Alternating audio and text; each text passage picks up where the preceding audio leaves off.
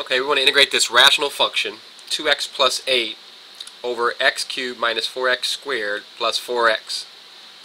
First thing you do is check to see if the degree of the denominator is greater than the degree of the numerator. And it is. So you can start the process. Second thing you want to do is factor the denominator. And so we have x cubed minus 4x squared plus 4x. It's a cubic, but thankfully the cubic doesn't have a constant term. We can factor out an x and be left with a quadratic, x squared minus 4x plus 4. And that quadratic factors as x minus 2 times x minus 2.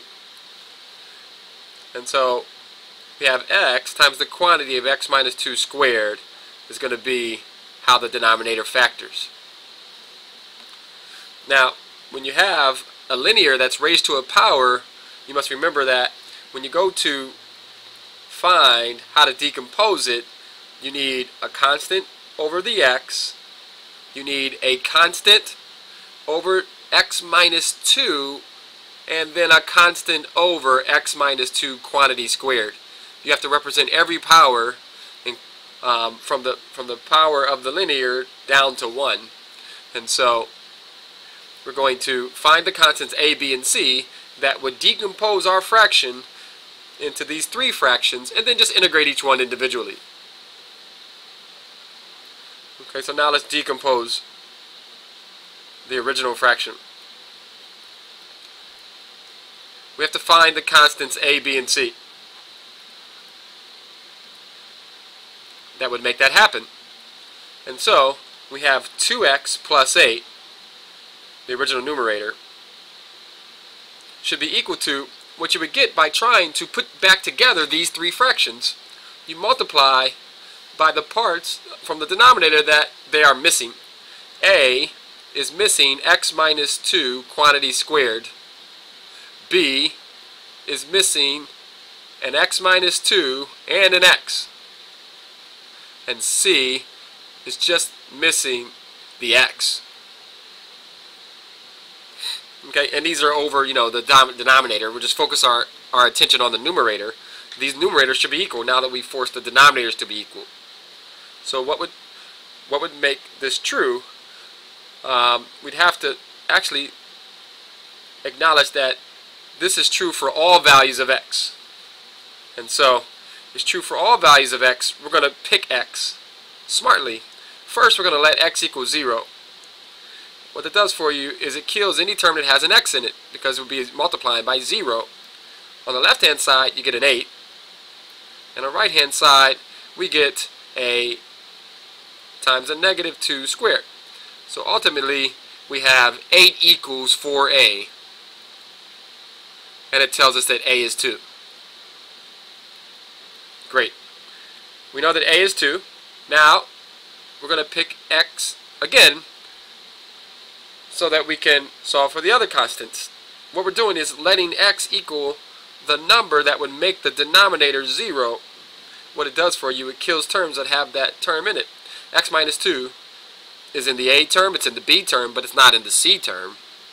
And so it's going to kill the a and b term and leave c to be non-zero. The term with c to be non-zero. Don't forget to plug into the left hand side, so we have 4 plus 8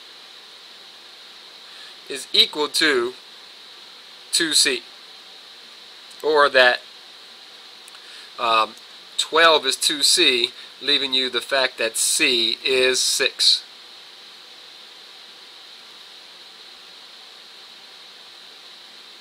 Great. Now we reach a point where we've used up all the numbers x that would make the denominator 0.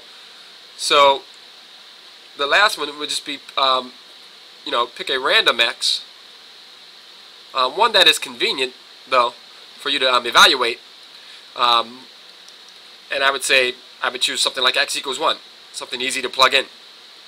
We'd have on the left hand side 10, and on the right hand side we have a times a negative 1 squared b times a negative 1, and then plus the c.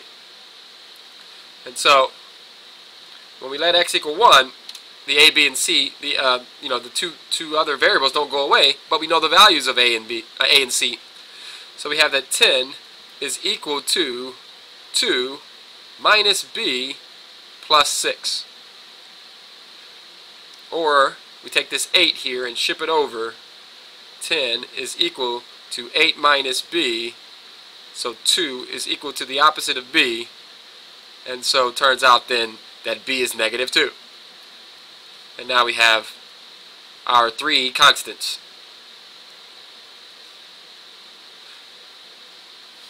Okay, and you can double check, you can verify it, but if you take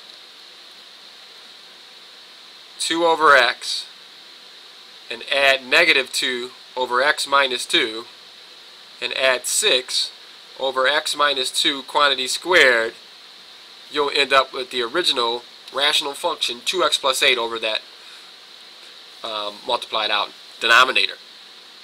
And so now the purpose was to make it so that we can integrate, and now we can. These are nice simple integrals here. The first two at least are straightforward. This is 2 times the natural log of x, and this is negative 2 absolute value. And this is negative 2 times the natural log of the absolute value of x minus 2. This guy here might need some work, just a quick little u substitution. Let u equal x minus 2, du is dx, so you'll be integrating 6 over u squared, or 6 times u to the negative 2, and then that'll be 6u to the negative, you add 1 to the exponent, so it's negative 1 over negative 1, and then that becomes negative 6 over u. And so minus 6 over x minus 2. And that's your antiderivative. This is an indefinite integral, so at this point actually you're done. That's the answer to your question.